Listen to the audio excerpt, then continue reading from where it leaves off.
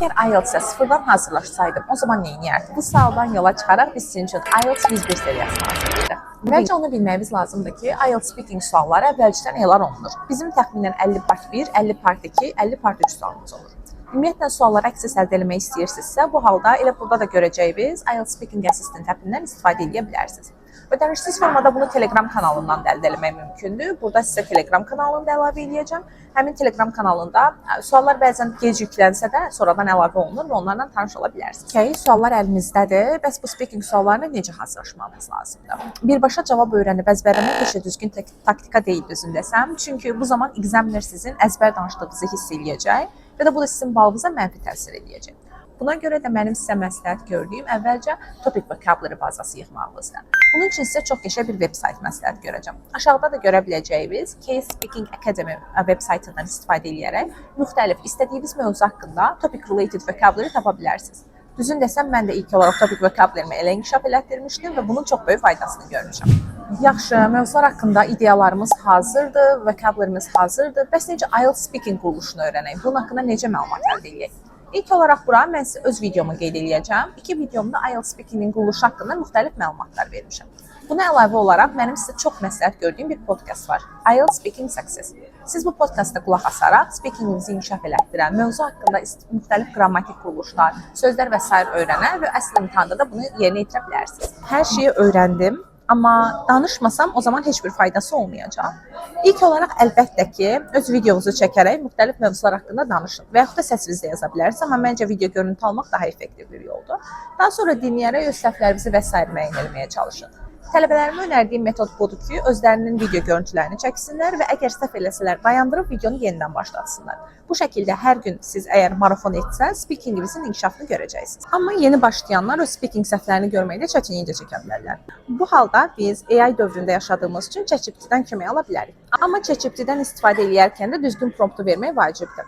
İstəyən tələbələr üçün mən rəy qismində promptu əlavə edəcəm. Siz onu əvvəlcədən ChatGPT-yə göndərməklə və eyni zamanda sualların screenshotunu göndərməklə ondan praktik edə bilərsiniz. Bu zamanda speakinginizdə böyük inkişaf görəcəksiniz. Düzün desəm, mənim düşüncəmə görə, əgər bazanız yetərlidirsə və çox disiplinlisinizsə, o halda müəllimə ehtiyac çox vaxt olmur. Düzdür, writing və speaking sectionlarında müəllim feedbacki önəmli olsa da, öz-özünüzə də inkişaf eləmək və nisbətən daha aşağı balları almaq mümkündür.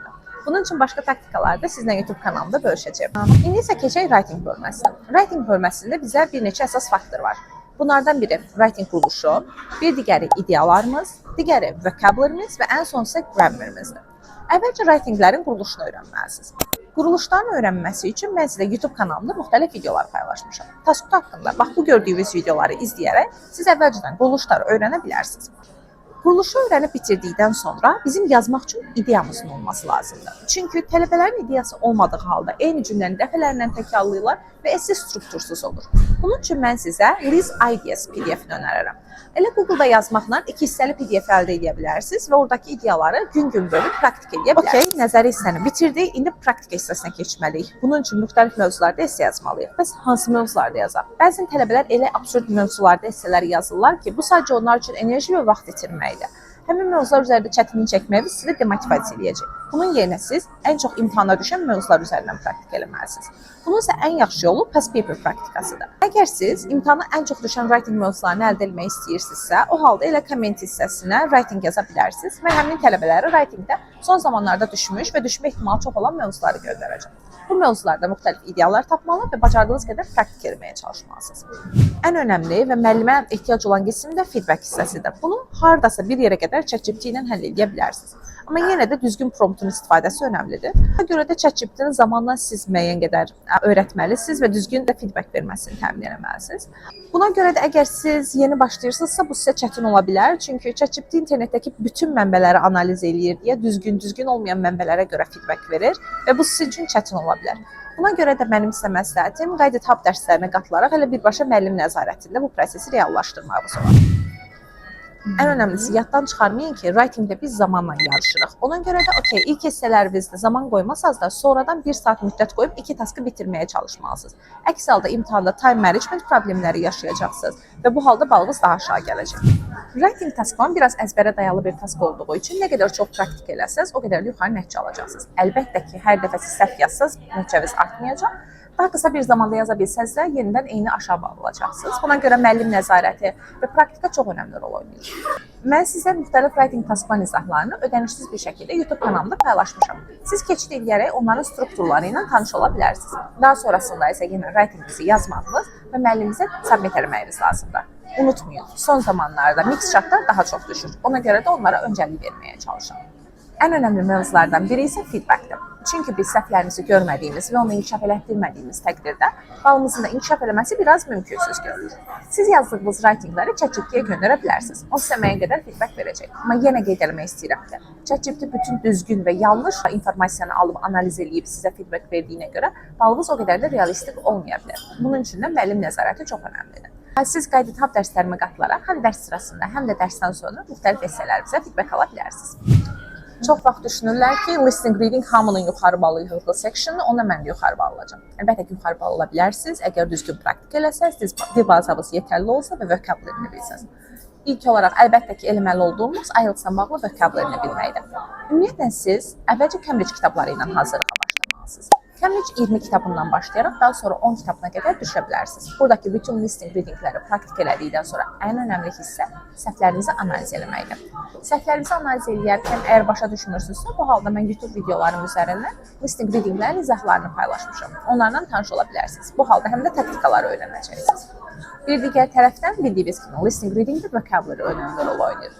Bunun üçün də mən IELTS reading və listeningdə ən önəmli sözləri bir yerə yığaraq vocabulary hazırlamışam. Bununla bağlı da müxtəlif video seriyaları çəkirəm. Yenə vocabulary ilə mənim YouTube kanalımdan tanış ola bilərsiniz. Bütün bunları bilsəz də yenə də çətinlik çəkdiyiniz sectionların üzərində işləməyiniz və praktik eləməyiniz çox önəmli bir faktordur. Bu halda müəllim nəzarəti sizə önəmli ola bilər. Çünki müəllimlər sizə fərdi yanaşaraq sırf çətinlik çəkdiyiniz sectionlar üzrə praktik eləməyinizə şans yaradacaq və beləliklə problemləri aradan qaldıra biləcəksiniz. Amma düzün desəm, bəzi yerlərdə ChatGPT də müəllimləri əvəz edə bilir. Başa düşə bilmədiyiniz sualların şəklini çəkərək və düzgün cavabı ChatGPT-yə göndərərək mən cavabı falan bir şey yazmışdım, amma cavab başqa bir şey çıxdı. Nəyə görə belədir şəklini sorsanız da GPT sizə ətraflı şəkildə izah verəcək. Amma qeyd elədiyim kimi düzgün cavabı ChatGPT-yə verməyiniz önəmlidir. Əks halda ChatGPT özündən cavablar uydurar və bunu da sizə izah edə bilər. Səhvlərin hansı sual tipinə aid olduğunu mütləq şəkildə müəyyən etməyə çalışın və o sual tipinin üzərində daha çox çalışın. Sırf bir sual tipinin üzərində çalışmaq istəyirsinizsə, Mini IELTS saytından seçim edərək filtrləyə və daha sonrasında sırf o suallar üzərində praktik edə bilərsiniz. Hər dəfə readingi bitirdikdən sonra orada bilmədiyiniz sözləri not alın və daha sonrasında onu öyrənməyə çalışın. Bunlar sadə faktlar kimi görünsə də sizin balınıza ciddi təsir edəcək. Bu arada qeyd edeyim ki, listing zamanla yavaş-yavaş artan section olsa da, readingdə siz artımı 2 həftədən sonra vəsair görməyə başlayacaqsınız. Bu kifayət qədər normaldır, çünki bu 2 həftədə sizin bazanız formalaşacaq. Amma bu çox mərhələli və uzun vaxt alan bir prosesdir. Əgər siz də buna çox vaxt xərcləmək istəmirsinizsə, sadəcə dərslərimə qatılaraq mənim sizə verdiyim roadmap-i izləyir və materiallardan faydalana bilərsiniz. Növbəti videolarda isə biz sizin müxtəlif sectionlardan yuxarı bal almağınız üçün müxtəlif taktikaları bölüşəcəyik. Bu taktikaları öyrənmək üçün isə YouTube kanalıma abunə olmağı və məni izləməyi unutmayın. Hələlik!